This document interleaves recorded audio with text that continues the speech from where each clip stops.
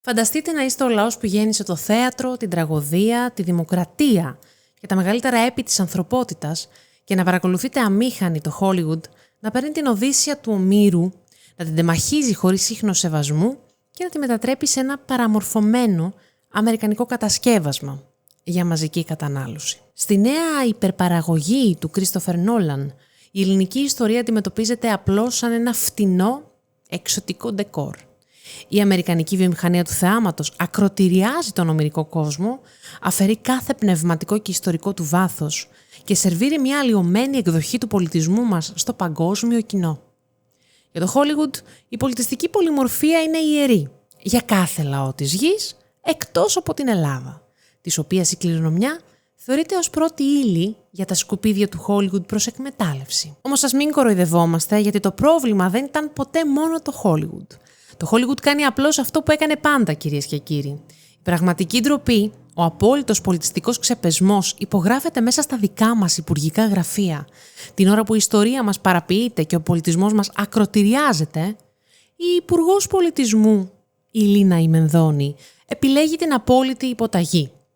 Καμία επίσημη διαμαρτυρία, καμία θεσμική παρέμβαση, καμία απέτηση για σεβασμό στην ιστορική μας αλήθεια. Και το πράγμα γίνεται ακόμα πιο προκλητικό φυσικά, καθώς το Υπουργείο δεν έμεινε απλώς σιωπηλό, αλλά φρόντισε να χρηματοδοτήσει κιόλας αυτή την παραγωγή. Αν λοιπόν κανείς ανοίξει σήμερα τη διάβγεια, το σύστημα του κράτους που συντηρείται από το ειστέρημα του Έλληνα φορολογούμενου, θα αντικρίσει τη γυμνή αλήθεια.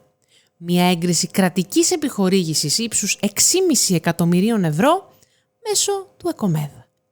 Ο ελληνικός λαός που στενάζει κάτω από την οικονομική ασφυξία επιδοτεί με εκατομμύρια ευρώ μια ξένη παραγωγή που τεμαχίζει την ομηρική αλήθεια και καπηλεύεται την εθνική του κληρονομιά μέσα στην ίδια μας τη χώρα. Στην κορυφή αυτής της πολιτικής κατάντιας βρίσκεται φυσικά ο ίδιος ο Πρωθυπουργός, ο Κυριάκος Μητσοτάκης, ο οποίος παρακολουθεί αμίλητος, αποδεικνύοντας ότι για την κυβέρνησή του η ελληνική ιστορία δεν είναι εθνικό κεφάλαιο, αλλά ένα απλό εμπόρευμα προς πώληση.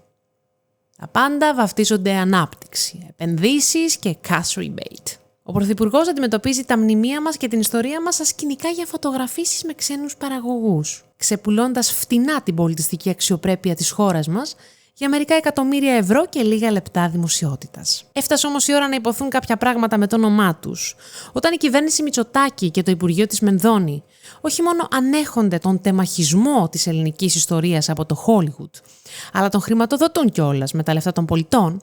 Δεν μιλάμε για απλή αδιαφορία ή ανικανότητα, αλλά για συνειδητή, θεσμική και ανεπίτρεπτη πολιτιστική προδοσία. Όταν λοιπόν η βιομηχανία του Hollywood αγγίζει τον Όμηρο, δεν αγγίζει μια απλή ιστορία. Αγγίζει την ίδια την ελληνική ψυχή. Και όταν αυτή η επαφή γίνεται με όρους ανιστόρητης προχειρότητας, ιδεολογικής επιβολής και εμπορικής βεβήλωσης, τότε η ανοχή μας είναι συνενοχή. Η νέα ταινία «Η Οδύσσεια» του Κρίστοφερ Νόλαν, λοιπόν. Μια ταινία που σπάει τα ταμεία παγκοσμίως, αλλά πετυχαίνει κάτι πολύ πιο σκοτεινό.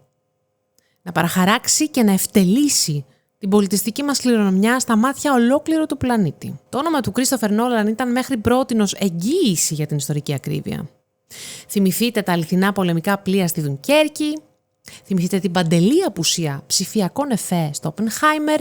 Ο Βρετανός σκηνοθέτης είχε κερδίσει τον σεβασμό για τη σοβαρότητά του. Φαίνεται όμως πως ο σεβασμός του Νόλαν για την ιστορία σταματά απότομα εκεί που αρχίζει Ελλάδα. Θα μας πούν πάλι οι γνωστοί προοδευτικοί κύκλημα, τέχνη είναι. Μια ελεύθερη διασκευή κάνει ο άνθρωπος. Όχι φίλες και φίλοι, δεν πρόκειται για τέχνη. Πρόκειται για μια θρασίτατη προσβολή της ελληνικής μας ιστορίας. Πρόκειται για μια απόπειρα να ξαναγραφτεί η ελληνική μυθολογία με τα μέτρα και τα σταθμά της σύγχρονης αμερικανικής ατζέντας. Με λίγο να δούμε λοιπόν πώς κατάντησαν τα ιερά μας κείμενα. Ο Όμηρος σε ολόκληρο το έπος αποκαλεί την Ελένη λευκόλενο, δηλαδή τη γυναίκα με τους λευκούς αλλά βάστρινους βραχίονες, όπως ήταν οι βασίλισσες της Μικηναϊκής Σπάρτης. Την παρομοιάζει επίσης με την ίδια τη χρυσαία Αφροδίτη. Όταν το Hollywood λοιπόν αποφασίζει να παρουσιάσει την ωραία Ελένη ως Αφρικανή, δεν προσφέρει πολυφωνία. Πετάει στα σκουπίδια τη γεωγραφία, την ιστορία και την ομηρική γραφή. Επιβάλλει τη δική του woke ατζέντα, θυσιάζοντας την ελληνική αλήθεια, στο βωμό της πολιτικής ορθότητας. Ο άνακτας των Μικηνών, ο αρχιστράτηγος των Ελλήνων, ο Αγαμέμνων, εμφανίζεται στην ταινία κρυμμένος πίσω από μια σκοτεινή, διαστημική πανοπλία.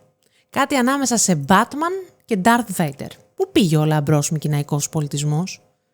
Πού πήγαν τα χρυσά προσωπία και οι ορυχάλκινοι θώρακες που βρήκαν οι αρχαιολόγοι στη δική μας γη? Ο Νόλαν πέταξε την ιστορία των προγόνων μας για να σερβίρει μια φθηνή, αισθητική, κωμική ταινία. Οι διάλογοι της ταινίας επίσης δεν έχουν καμία σχέση με το μεγαλείο και τη σοφία του ομηρικού λόγου. Ακούγονται σαν να γράφτηκαν για αμερικανικό εφηβικό σύριαλ. Τέλος, η εξαφάνιση του Αχιλλέα. Το πιο εξοργιστικό απ' όλα. Ο Νόλαν διέγραψε τελείως από το έργο τον Αχιλλέα. Ο κορυφαίος πολεμιστής του ελληνικού κόσμου, που η συνάντησή του με τον Οδυσσέα στον κάτω κόσμο είναι η πιο συγκλονιστική στιγμή του έπους. Και αυτή πετάχτηκε στα σκουπίδια. Ανταυτού, η βιομηχανία του Hollywood προτίμησε να παίζει επί μήνες επικοινωνιακά παιχνίδια, αφήνοντας να εννοηθεί ότι τον Ρωμαλαίο ημίθεο θα υποδιόταν ο τρανς ηθοποιός Elliot Page. Αυτή είναι η αξιοπρέπεια με την οποία αντιμετωπίζουν τους ήρωές μας. Και ποια είναι η δικαιολογία τους? Λένε ότι ο Νόλαν χρησιμοποίησε την Οδύσσεια απλώς ως έναν καμβά για να μιλήσει για το ψυχολογικό τραύμα των στρατιωτών και για να κάνει το έργο προσβάσιμο στο πολυπολιτισμικό κοινό. Όση υποκρισία. Η Οδύσσεια επιβιώνει 2.800 χρόνια γιατί μιλάει κατευθείαν στην ανθρώπινη ψυχή. Μιλάει για την αγάπη για την πατρίδα, για τον νόστο, για την οικογένεια, για την πίστη και την αντοχή στις δυσκολίες. Δεν έχει ανάγκη ο Όμηρος τις διορθώσεις και τις ψυχολογικές θεωρίες των στούντιο του Λος Άντζελες. Αν ο κύριος Νόλαν ήθελε να κάνει τέτοια πειράματα, ας τα έκανε στο δικό του εθνικό ποιητή, τον Σέξπιρ. Αλλά εκεί υπάρχει σεβασμός. Την ελληνική κληρονομιά όμως τη θεωρούν αδέσποτο αμπέλι. Και αναρωτηθείτε λοιπόν, φίλες και φίλοι, για να δείτε την τεράστια υποκρισία. Αν ένας Έλληνας σκηνοθέτης τολμούσε να αλλάξει τη φυλή, το χρώμα ή την ιστορία ενός παραδοσιακού Αφρικανού ή Ασιατικού μύθου, θα τον σταύρωναν. Θα τον κατηγορούσαν για πολιτισμική κλοπή. Και φυσικά θα τον εξαφάνιζαν. Όταν όμως το Hollywood ισοπεδώνει τη δική μας ελληνική ιστορία, τότε απαγορεύεται να μιλήσουμε και αυτοί αυτό το βαφτίζουν καλλιτεχνική ελευθερία. Αυτή λοιπόν η ταινία αποτελεί πράξη πολιτισμικής βεβήλωσης, διότι αυτή την παραμορφωμένη, βεβηλωμένη εκδοχή θα τη δουν εκατομμύρια νέοι σε όλο τον κόσμο και θα νομίσουν ότι αυτή ήταν η Ελλάδα μας. Το Hollywood δεν τίμησε καθόλου τον Όμηρο. Τον λαιλάτισε, τον κατακρεούργησε. Όμως η μεγαλύτερη ευθύνη, κυρίες και κύριοι, είναι δική μας. Δεν δικαιούμαστε να στεκόμαστε αδιάφοροι θεατές όταν παραποιούν τα ιερά και τα όσια μας. Η ιστορία μας δεν χαρίστηκε ποτέ σε κανέναν. Γράφτηκε με αίμα και πνεύμα. Ο Όμηρος δεν ανήκει στους παραγωγούς του Hollywood. Ανήκει σε όσους κρατούν την ελληνική φλόγα αναμένη. Γι' αυτό, Έλλην, μην επαναπάβεσαι.